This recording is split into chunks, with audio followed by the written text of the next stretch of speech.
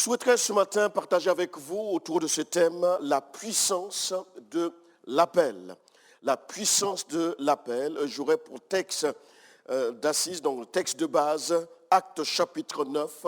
Nous allons considérer comment un certain Saul qui était de Tarse a pu être libéré, a pu être comme saisi par Dieu pour marquer sa génération, et nous en sommes, nous encore, à ce siècle, les bénéficiaires de son inspiration. Actes chapitre 9, et nous lirons les 6 premiers versets. Cependant, Saul, respirant encore la menace et le meurtre contre les disciples du Seigneur, se rendit chez le souverain sacrificateur et lui demanda des lettres pour les synagogues de Damas, afin que s'il trouvait des partisans de la nouvelle doctrine, hommes ou femmes, il les amena liés à Jérusalem. Comme il était en chemin et qu'il approchait de Damas, tout à coup, une lumière venant du ciel resplendit autour de lui. Il tomba par terre et il entendit une voix qui lui disait « Saul, Saul, pourquoi me persécutes-tu » Il répondit « Qui es-tu, Seigneur ?» Et le Seigneur dit « Je suis Jésus. » Le Seigneur dit « Je suis Jésus. » Mais le Jésus que tu persécutes, il te serait dur de regimber contre les aiguillons. Tremblant et saisi d'effroi, il dit « Seigneur, que veux-tu que je fasse ?» Et le Seigneur lui dit « Lève-toi, entre dans la ville et on te dira ce que tu dois faire. » Quelle expérience, quelle rencontre. Je ne sais pas comment a été votre rencontre avec le Seigneur, mais c'est juste exceptionnel. Et plusieurs mots, phrases m'ont interpellé, sûrement comme vous, ce matin.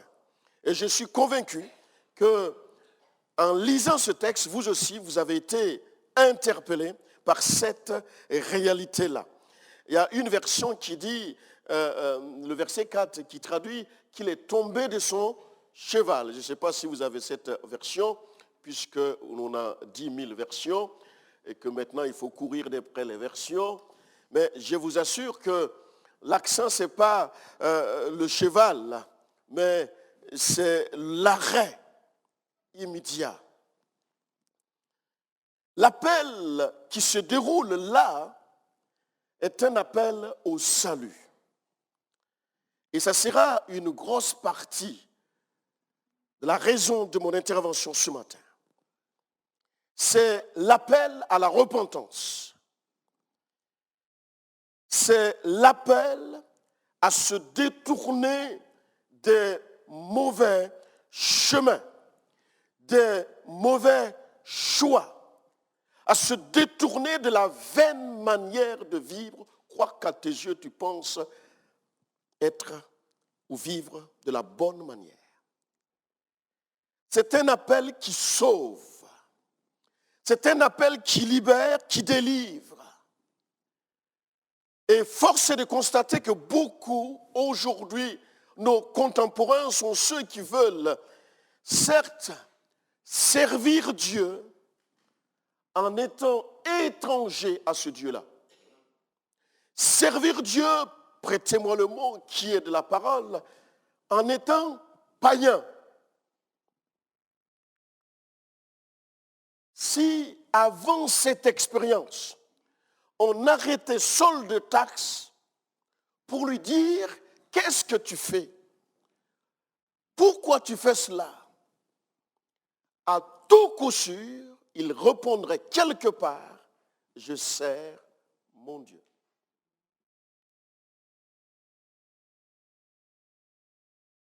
Je sers mon Dieu. Il respirait le judaïsme en lui. Il appliquait ce qu'il avait reçu comme enseignement. Et c'est ainsi qu'on peut servir Dieu sans le connaître, sans l'avoir rencontré une seule fois. Quel drame. Ainsi, dans sa manière de faire, sûrement qu'il pensait hériter du royaume des cieux. Et de ces gens, aujourd'hui encore, peuvent penser le faire de tout leur cœur, de tout leur temps, de tout leur talent, mais franchement, avec une sincérité authentique, justifiée, mais sans connaître Dieu. C'est grave. L'appel au salut, frères et sœurs, te sauve. C'est l'appel au service qui récompense. L'appel au salut, c'est le salut de mon âme, c'est la quête de la vie éternelle, mais mon service, ce n'est pas ça qui me sauve. Le service, c'est la récompense. Cher ami, une question clé, et j'aimerais vraiment, avec un respect profond, te la poser. Es-tu sauvé? Non, ne me dis pas que ça fait 30 ans que tu viens là. La question ne se pose même plus. La question se pose. Es-tu sauvé? Parce que venir à l'église ne veut pas absolument dire qu'on est sauvé. On est d'accord? Amen, quand même. C'est la révélation de Jésus, la révélation de son œuvre à la croix, de ce pourquoi il a pris la forme humaine pour venir jusqu'à nous. C'est cette compréhension spirituelle et non pas simplement intellectuelle, c'est ça qui sauve. Ce n'est pas parce que j'aurais récité des phrases, ce n'est pas parce que j'aurais fait que du bien ou emmagasiné autant de connaissances, ou parce que je suis en relation avec Pierre-Paul Jacques dans des bons termes qui sauve. Ça, c'est ta propre justice. Mais Dieu dit, à sa présence et face à sa justice, notre justice est comme souillée.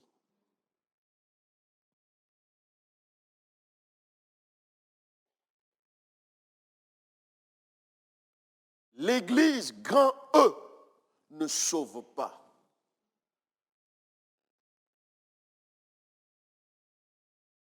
Personne ne sauve, sinon que Jésus. Faites tout le syncrétisme possible, tout le cocktail et le mélange possible. Tissez toutes les bonnes attentes possibles. Seul Jésus sauve. Seul Jésus sauve. Vous êtes en train de me taxer, le frère, il est absolutiste. Oui, et je l'assume. Seul Jésus sauve. Seul Jésus sauve.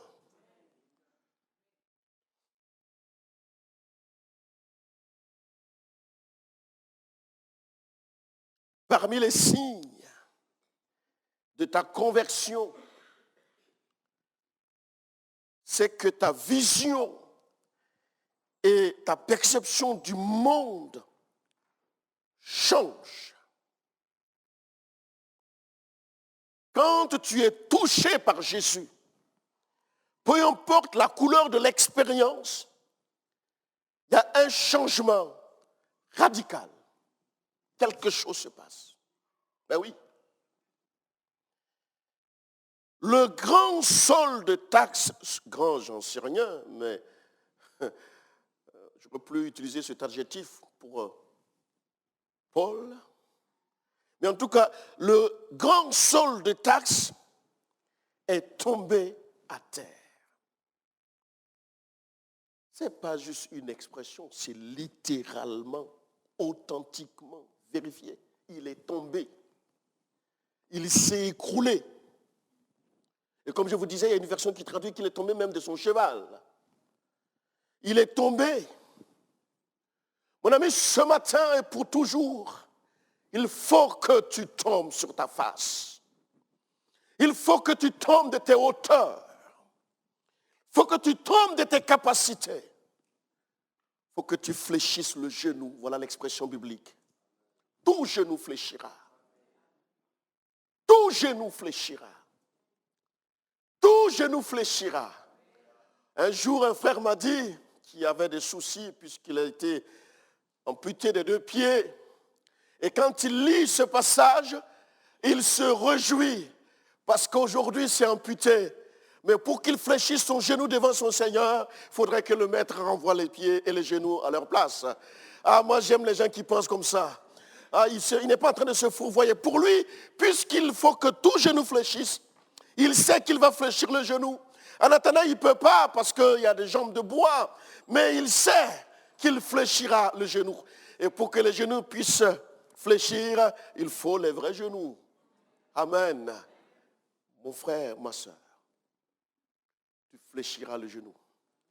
Toi qui doutes encore de Jésus, fléchis le genou. Quand on vient à Christ, on ne le combat plus. C'est ce que je retiens aussi de ce texte. Quand le Seigneur lui dit, c'est le Jésus que tu persécutes,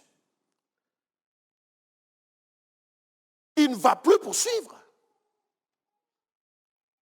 Il ne pourra plus aller à Damas. De toute façon, il a été aveuglé.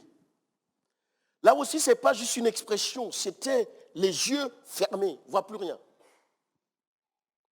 C'est réel. Quand on a donné sa vie à Christ, on ne le persécute plus. On ne le combat plus. Alors c'est là que tu es en train de me demander, mais personnellement, je ne combats personne. Je ne combats personne autour de moi. Parce qu'aujourd'hui, tu te dis connaître Christ.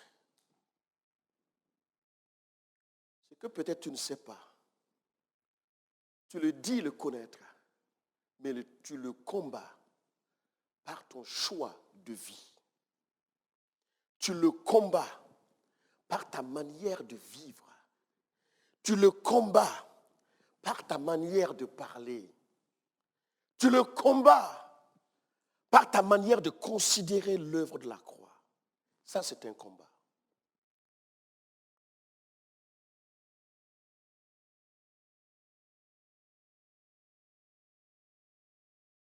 Je vais être fort dans mes mots.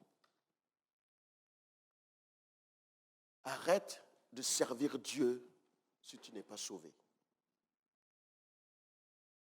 C'est dur, hein?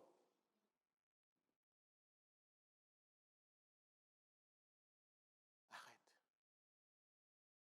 Celui qui est sauvé, qui a Christ en lui, vit la notion de mise à part, non pas dans un monastère, avec tout le respect que j'ai pour ceux qui y sont. Cette mise à part impacte premièrement ma mentalité qui change. La lumière est rentrée et c'est lui qui règne. Il n'y a plus d'autres possibilités. Excusez-moi, il n'y a plus d'autres mélanges possibles. Il n'y a plus d'autres cohabitations possibles. Il est hors des questions de cohabiter au nom de l'attente ou d'une entente. Jésus a été combattu de par sa vie de mise à part. Veille à ne pas combattre le maître au nom de ta liberté de choix. Je peux continuer pour être plus fort. Ta dîme ne te sauvera pas. Ton offrande ne te sauvera pas.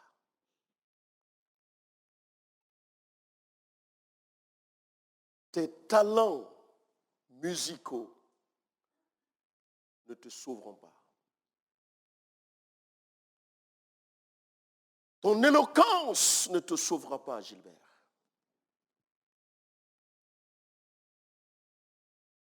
La somme de tes prédications ne te sauvera pas, Gilbert.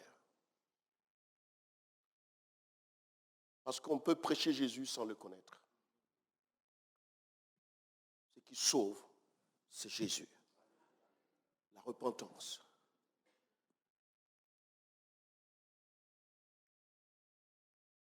Nous sommes dans un siècle de désillusion totale, de confusion totale, d'amalgame total. On ne sait plus qui est chrétien né de nouveau et qui ne l'est pas. Moi, ce mot me fait peur, le mot chrétien. C'est un fourre-tout. Ceux qui ont passé les 2 heures avec nous, Daniel et moi, hier matin, dans le cadre des cours de disciples, savent foncièrement notre pensée là-dessus, surtout celle du Seigneur. Ne cherche pas à servir Dieu sans le connaître. Comment, Gilbert, peux-tu juger que je ne le connais pas? J'observe tes choix de vie. J'observe ta fréquentation. Ce sont des premiers résultats probants. Parce que tu ne peux pas, en étant en Christ, communier avec n'importe qui. Allô? On est d'accord? Si tu fais cela, tu risques de le combattre pensant le servir.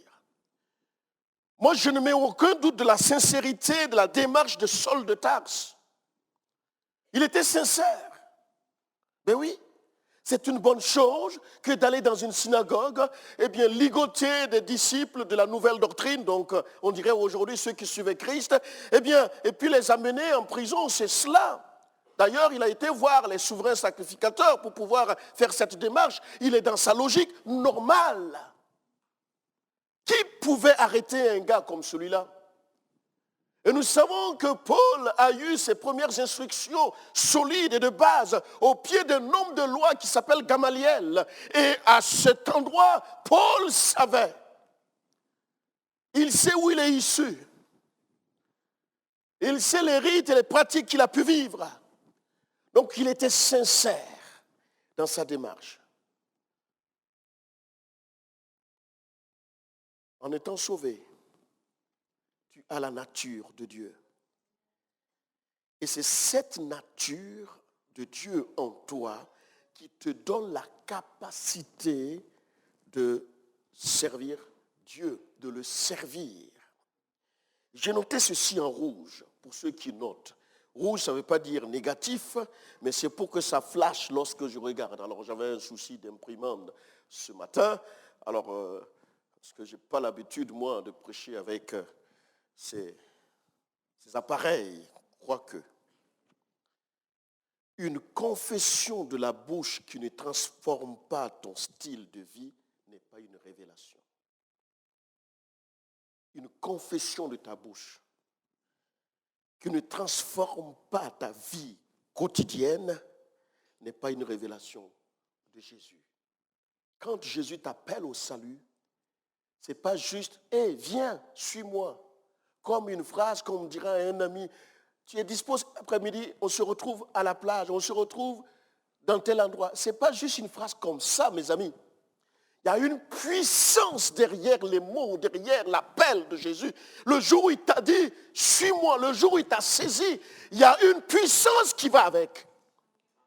Cette puissance ne s'amoindrit pas au fil des ans parce que toi, tu prends l'âge. Non, non, non. Cette puissance reste une puissance. Une puissance absolue qui t'accompagne tout au long de ta marche. Lorsque Saul a rencontré le Seigneur, il a arrêté de le combattre. Et vous savez quoi? C'était tellement radical qu'il était prêt à mourir pour lui. Il a eu un parcours un peu spécial. Nous, les êtres humains, on a tellement du mal. On est tellement incapable de tourner la page du mal. Non, je reprends. On est tellement incapable de tourner la page du mal, même après notre conversion. Ah, ce qui s'est passé le 31 décembre 1974, je ne peux pas oublier ça. C'est bizarre que cette date me vienne comme ça à l'esprit. Ben oui, parce que on est tellement comme ça qu'on a fini par se convaincre que Dieu aussi est comme ça. C'est là mon souci, quelquefois. On pense que lui, il fonctionne pareillement.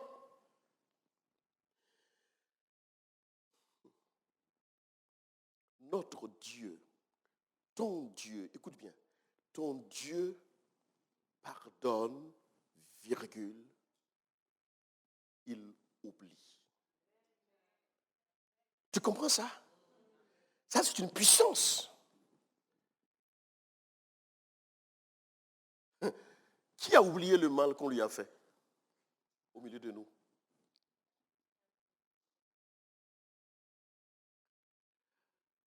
La première main, j'allais dire, mais tu es béni mon frère, ma soeur, mais je n'ai pas vu beaucoup de mains. Voire, je n'ai même pas vu une main. Ah, mes amis, nous sommes au cœur de la véritable vie, dite vie chrétienne. C'est là. Ah, quand ça fait mal, ça fait mal. Pas oublier. Même si on est guéri parfois. Est-ce que vous savez pourquoi le salut est gratuit? Oui, j'ai une idée de votre réponse. Oui, parce que Jésus a payé le prix. C'est ça? C'est ça? Il n'y a pas de piège, hein? Non, non, non. Vous pensez toujours que je suis toujours en train de vous... Non, non. Non, non, non. Jésus a payé le prix. Mais en réfléchissant, je me suis dit, si le salut est gratuit, en fait, c'est parce qu'il coûte trop cher. Que même ta réserve bancaire, tu sais, ce que tu as reçu comme héritage depuis 4 générations, même ça réuni là, ça ne fait pas l'affaire.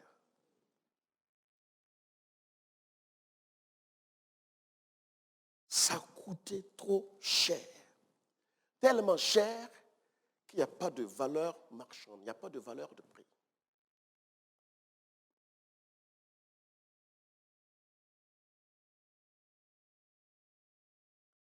Le salut, c'est par grâce.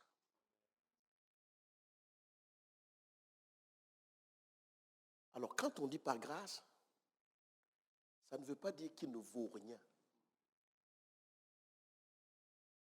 Parce que docteur ou ingénieur que tu es, toi qui es en plein prépa, tu peux te dire avec les connaissances que tu reçois de gauche à droite, entre guillemets, il ne faut surtout pas regarder tes notes, sinon tu vas baisser moralement. Tu peux penser que, tu sais quelque chose.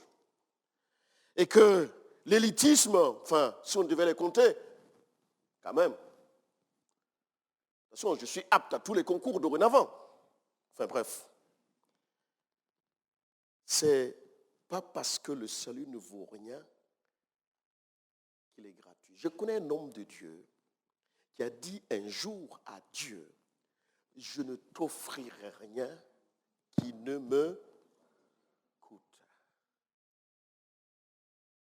En d'autres mots, je ne t'offrirai pas le superflu. Ah tiens, ça fait 6 mois que je n'ai pas mis pied à l'église. Ouais, ce sera bien quand même. Allez, je fais l'effort ce matin. Et puis tu arrives. En plus, tu n'arrives pas à 10 heures. J'ai peur de la suite. J'ai peur de ma bouche. Gilbert, tais-toi. Tais-toi.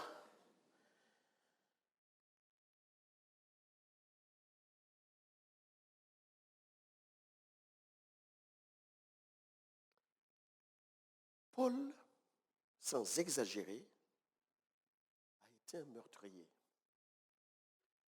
C'est ce monsieur-là qui est saisi par Dieu, bouleversé, ramené sous la dictée de la volonté du Saint-Esprit, se retrouver chez un certain Ananias pour pouvoir vivre la suite.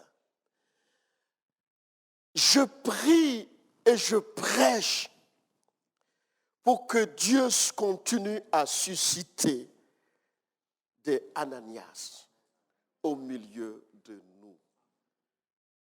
Qui est ce monsieur? Moi je l'appelle le facilitateur à répondre à l'appel qu'on te lance. Si Ananias ne s'était pas mouillé pour introduire Saul de Tarse dans l'équipe qui connaissait, qui ont connu Jésus et qui ont vécu des choses, ah non, pas celui-là, attends. Tu n'es pas au courant, toi?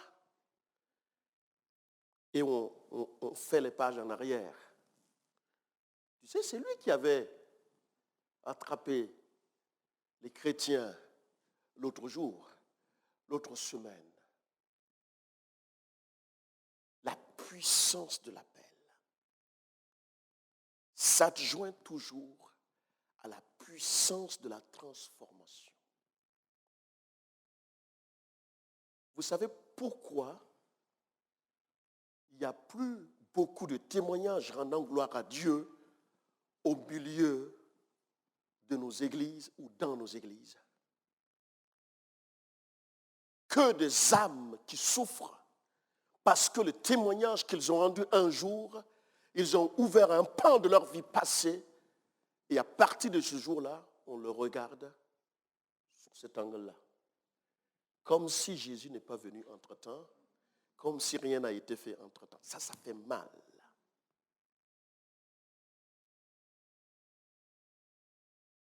Quand j'étais gamin, j'écoutais certains témoignages dans l'église où j'ai grandi.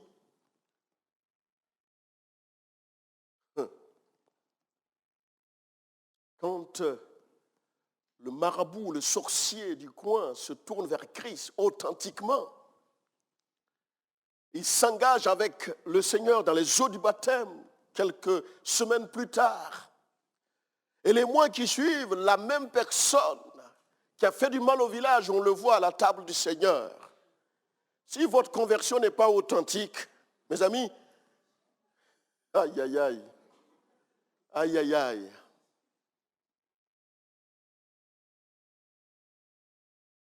Je regarde ma sœur, l'autre côté, vous ne la voyez pas, mais moi je la vois, je vais parler de Françoise. Vous connaissez son pays d'origine, ce qui s'est passé malheureusement dans certaines années, les années 90, c'était inhumain et innommable. Et aujourd'hui, par des biais, par des amis, qui me donnent ce témoignage de ce qui se passe maintenant dans l'Église, où autrefois les deux ethnies étaient des ennemis, s'entretuaient, dévastaient des familles entières. Aujourd'hui, devant la table du Seigneur. Pourquoi? Parce qu'il y a eu le pont. Jésus. Est-ce que tu crois à la puissance de la transformation? Ou tu es toujours en train de dire à ton époux, à ton épouse, oui, mais en 1983, tu m'as fait cela. Il y en a eu des scènes passées depuis 1983 quand même, non? T'imagines les gorgées de jus d'orange ou de vin que tu as pris, si on devait les mettre en fût ou en tonneau, là.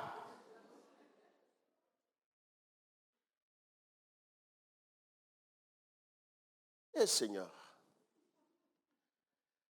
Alors si on n'a pas la révélation de la puissance de transformation, comment pouvons-nous nous attendre que Dieu nous transforme maintenant dans l'avenir? Comment? Les gens se convertissent, ils sont baptisés, on prêche, on prie pour que Dieu continue l'œuvre de transformation et nous, on est toujours là en train de dire, mais oui, là, son caractère, là, aïe, aïe, aïe. Qui t'a demandé de commenter? Attention, il y a des droits d'auteur. la vie de la personne est entre les mains de Jésus. Que le Seigneur nous accorde sa grâce. L'appel au salut.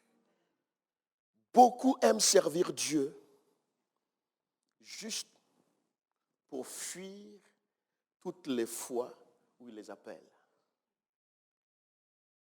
Le Seigneur t'appelle à salut ce matin.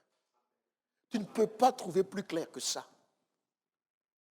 Ah, mais je croyais que c'était un culte. Non, non, non. J'ai compris. Tu ne viens plus aux réunions d'évangélisation. Alors prends-en ce matin. Dieu t'appelle. Ce n'est pas parce que tu as pris la Sainte Seine que tu es sauvé. Non. Donne ton cœur à Jésus. Mais je l'ai fait. Mais pourquoi tu continues à vivre de cette manière-là? Pourquoi? Pourquoi tu ne peux pas arrêter de sortir la nuit? Pourquoi tu ne peux pas arrêter de courir derrière de je ne sais quoi? Pourquoi tu n'arrives pas à t'empêcher de mentir? Pourquoi? Est-ce que le sang de Jésus n'est pas assez puissant? Est-ce que la croix n'est pas assez suffisante? Pourquoi tu n'arrives pas? Est-ce réellement ta volonté de t'en sortir? Je crois à la puissance de transformation. Saul a été transformé à un point où le S va s'effacer pour que le P arrive. Il l'appellera Paul. Oh, ça a complètement changé. Toutes les épîtres de Paul, vous imaginez si cet homme n'avait pas connu la transformation. Ça a été compliqué, mais Ananias l'a introduit. Écoutez, j'ai été témoin quand même. Le Seigneur m'a parlé à son sujet. De toute façon, on reconnaît l'arbre à son fruit. Il a parlé. Il a témoigné. Il a témoigné. Alors, ne regarde plus ton fils sur la base de ce qu'il était. Ose être sensible comme Ananias pour entendre ce que Dieu veut faire avec lui. Ça change, mes amis. Regarde ta fille de cette manière. Regarde ton mari de cette manière. Regarde ton épouse de cette manière. Regarde l'église de Jésus-Christ de cette manière-là. Vous savez quoi? Regarde ton pasteur de cette manière-là.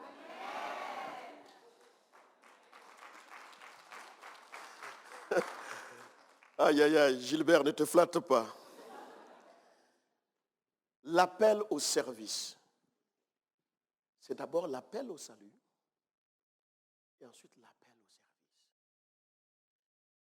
Dieu ne peut te dire ce que tu dois faire si tu ne trembles pas devant lui. Avant qu'il pose la question au Seigneur, que veux-tu que je fasse? Il y a eu d'abord le fait qu'il a tremblé devant lui.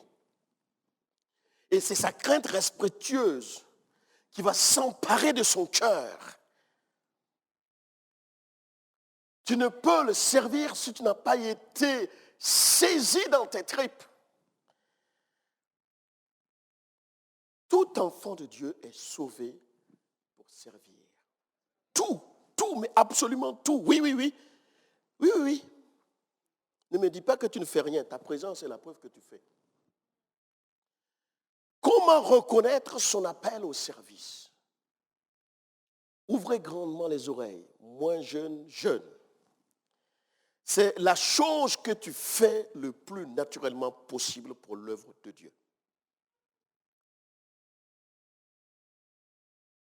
Là, c'est un signe qui ne trompe pas. C'est ce que tu fais le plus naturellement possible. L'autre va mettre 10 000 ans et toi en quelques heures. Sois sensible à ça. Sois sensible à ça. C'est aussi la chose qui pèse sur ton cœur. À chaque fois que tu diras, il n'y a pas d'amour dans cette église, tu es en train de décliner et de dire clairement la nature de l'appel que Dieu t'adresse. Il n'y a pas d'amour, mais je vais t'utiliser pour l'amour. Et toi, tu continues à crier, il n'y a pas d'amour.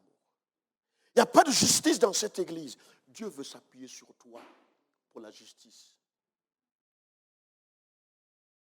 C'est pas merveilleux ça? C'est ça qu'il attend. À chaque fois que tu diras qu'il n'y en a pas, il lui te dit, ben, il y a toi. Mais oui, je l'ai appris à mes dépens. Seigneur, c'était à mes débuts du service, donne-moi la prochaine étape, la prochaine église que tu me confierais, qu'il y ait une équipe de louanges. Parce que, vous savez, je chante tellement bien que je voulais préserver mes cordes vocales. Non, non, c'est pas du tout ça. En fait, j'en pouvais plus. Et plus je demandais, plus les églises que me confiaient, il n'y avait personne. J'ai même connu des moments où il n'y a personne qui jouait d'un instrument, encore moins personne qui fait chanter. Hey! Gilbert, il faut y aller. Pendant 4 ans, il a fallu apprendre le solfège. Il a fallu acheter la guitare, les guitares. Parce que comme je ne sais pas jouer, je croyais que c'était la faute de la guitare. Et comme là où j'achetais la guitare, je pense que lui n'est pas trop doué. Et je l'ai multiplié, comme ça je me retrouvais 4 pour commencer à grincer. Commencer à jouer. Ah là là là là. Chœur et cantique avec partition. Dans la présence du Seigneur avec partition. Les j'aime, on ne les compte plus. Je parle de ma génération. Hein. Pour certains, ça ne vous dit plus rien, mais bon. J'aime 1, 2, 3. Arrivé au 4e, j'aime. Et je dis, je ne veux plus jamais demander, Seigneur, conduis-moi. Dans la prochaine étape, je n'ai plus jamais redemandé. Et c'est quand j'ai arrêté de demander que Dieu a fait grâce. À un point où aujourd'hui je me demande, pourquoi il m'a fait apprendre tout ça, en fait? Seigneur,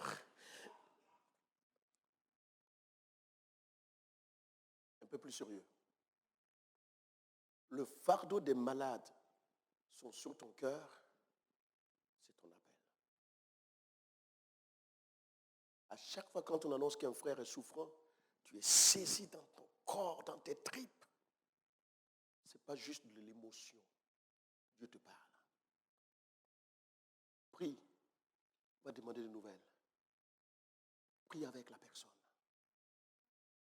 Ce n'est pas exclusivement pastoral.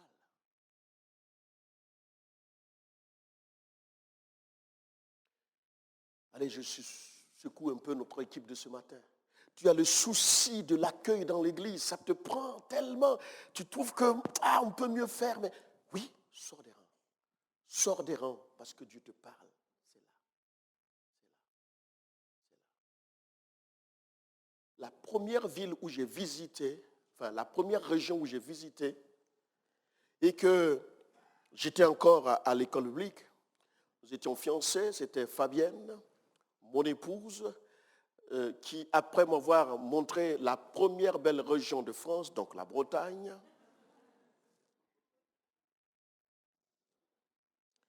il faut oser dire ça en face des Normands quand même. Hein. La région qui a suivi, c'était la Normandie. Et bizarrement, nous étions dans les années 2000, dans mon cœur, alors que je n'avais pas tout vu, il y a quelque chose qui se passait. Je me rappelle, on avait loué un truc, c'était même pas là, c'était la limite, hein, du côté de Pont-Torson, pour ceux qui connaissent, juste après Avranches. Bon, là, on est à la limite. Hein. Bon, mais le Mont-Saint-Michel, c'est quand même de ce côté-là. Voilà. Il faut que je me rattrape comme je peux, non?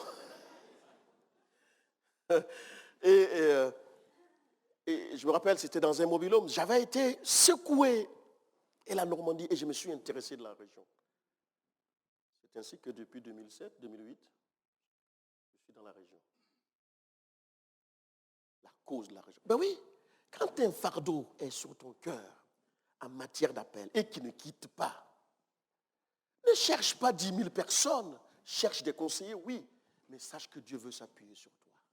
Ben oui, ben oui.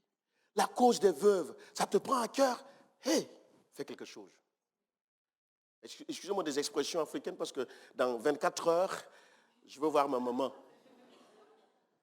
Donc je commence à prendre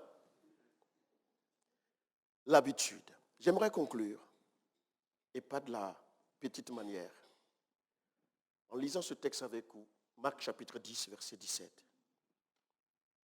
Pour que tu comprennes ce que Dieu attend de toi pour les saisons à venir. Marc 10, 17, nous lirons jusqu'au verset 21.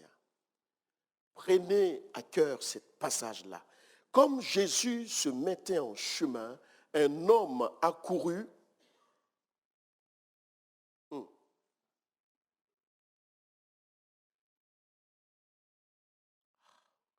J'ai eu peur. Comme Jésus se mettait en chemin, un homme accourut et se jetant à genoux devant lui, « Bon maître, lui demanda-t-il, que dois-je faire pour hériter la vie éternelle ?» Jésus lui dit, « Pourquoi m'appelles-tu bon? Il n'y a de bon que Dieu seul. Tu connais les commandements. Tu ne commettras point d'adultère, tu ne tueras point, tu ne déroberas point, tu ne diras point de faux témoignages, tu ne feras tort à personne, honore ton père et ta mère. » Il lui répondit, « Maître, j'ai observé toutes ces choses. » En fait, il est en train de dire qu'il fait toutes ces choses. Depuis sa jeunesse, donc il était un peu plus que jeune. Jésus l'ayant regardé, virgule, dans ma version en tout cas, l'aimant, virgule. Et il lui dit, il te manque une chose. Va, vends tout ce que tu as, donne-le aux pauvres, et tu auras un trésor dans le ciel. Puis viens et suis-moi. Ah, ce texte sur lequel j'aimerais conclure avec vous. C'est un texte formidable. Tous ceux qui enseignent, en s'appuyant sur ce texte, pour faire la propagande de l'évangile de prospérité, sont complètement à côté, et je l'assume, ma phrase. Jésus n'est pas en train, permettez-moi, de racketter ce jeune homme ou ce monsieur. La preuve est qu'il dit, vends, tu auras un trésor. Il n'a pas dit, vends et donne-moi. Vous savez quoi? Soyez sages dans ce que vous regardez sur les réseaux sociaux, sur les YouTube. Soyez sages.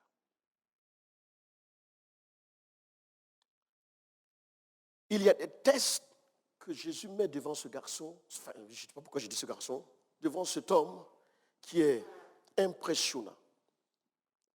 Il est écrit, Jésus s'étant mis en chemin, un homme a couru. Voyez-vous, son premier test, c'est un test de rendez-vous. Il s'empressait de rencontrer Jésus. Il était heureux de venir à la rencontre de Jésus. Il voulait absolument rencontrer Jésus. J'espère que tu ne traînes pas les pieds. À un moment donné, si la faute, c'est le bus ou le tram, comment tu fais au boulot? Comment tu fais quand tu vas à la fac? Tu justifies toujours, c'est pas moi, c'est le tram, c'est le bus. Il y a quelque chose, sois vrai. Il y a quelque chose qui...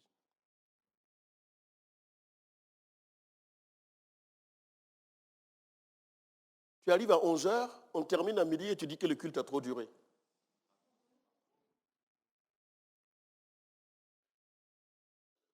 Oui, c'est pas grave, mais il faut que ça soit dit.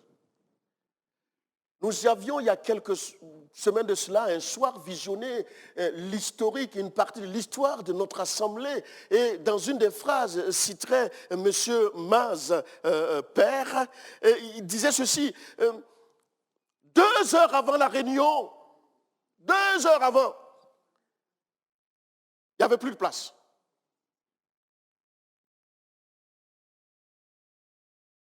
Deux heures avant. Dans cette même ville.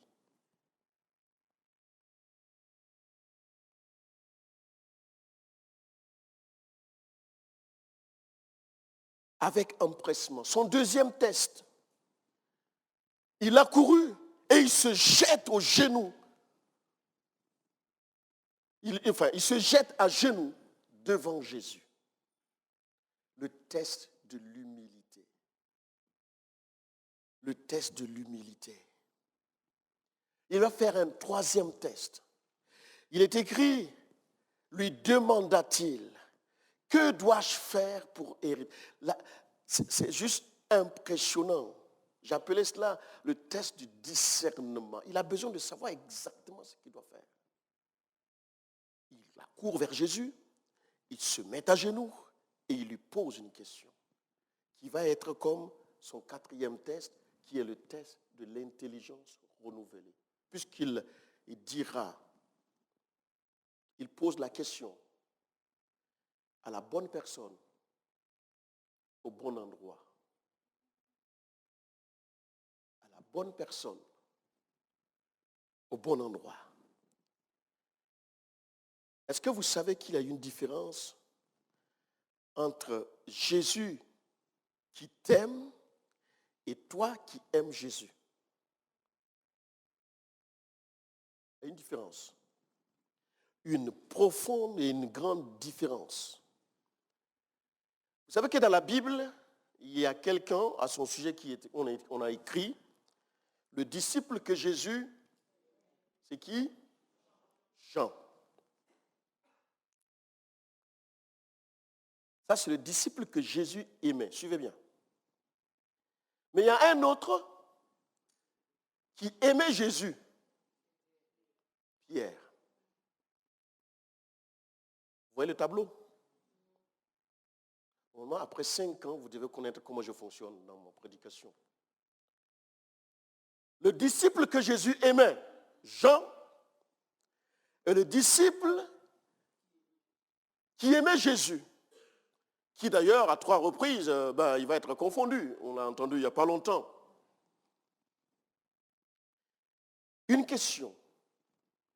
À qui est-ce que Jésus a donné les clés du royaume?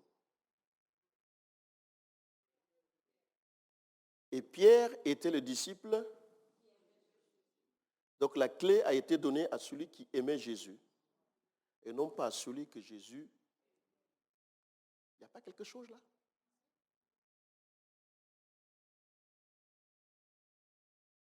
Le disciple que Jésus aimait, puisqu'il l'aimait, logiquement il devrait donner. Mais il va donner à celui qui l'aimait.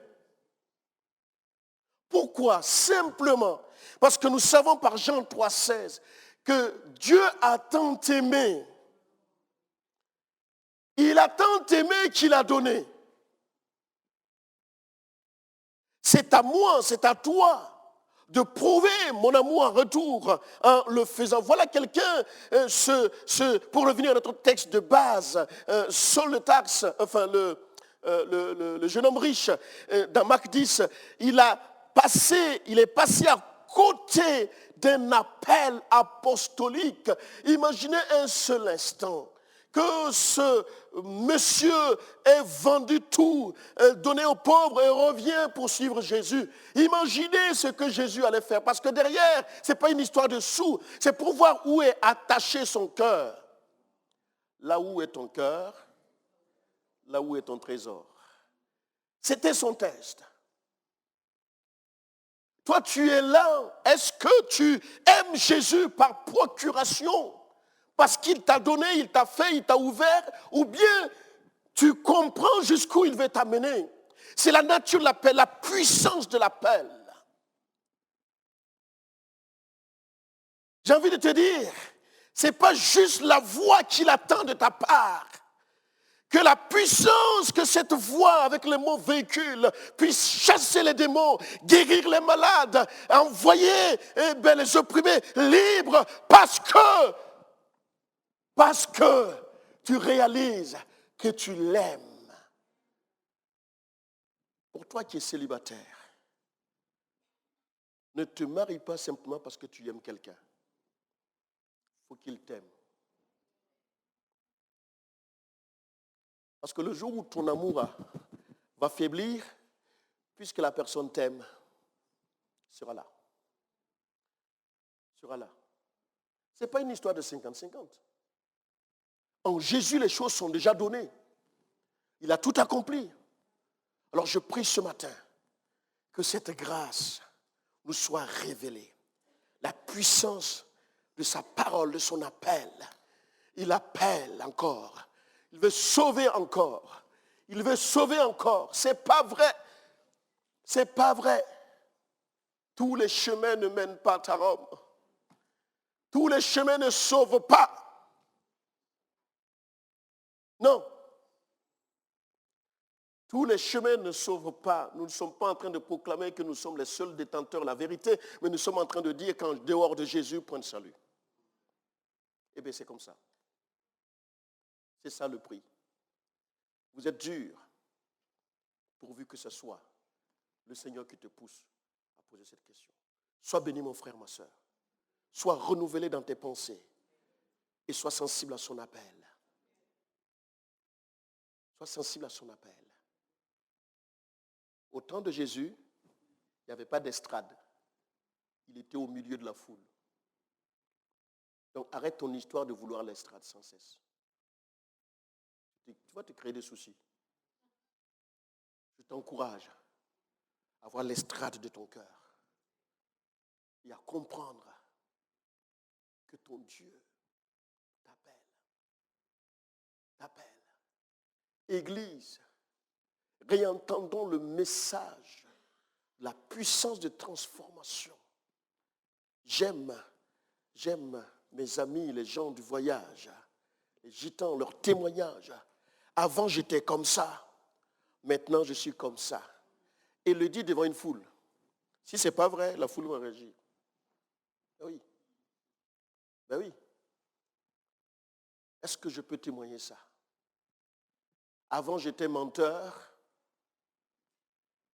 Et puis maintenant, je suis toujours menteur. C'est ça? Et tu dis être chrétien, ce n'est pas comme ça que ça marche. Non, non, non. Seigneur, fais-nous grâce. Je te rends grâce ce matin pour ta parole. Je te bénis pour ta présence. La parole qui nous libère. La puissance de la parole qui sauve. Tu veux sauver encore. Seigneur, donne-nous de faire tomber ce qui nous empêche. Et donne-nous d'aller plus loin. Dans le puissant nom de Jésus. Amen.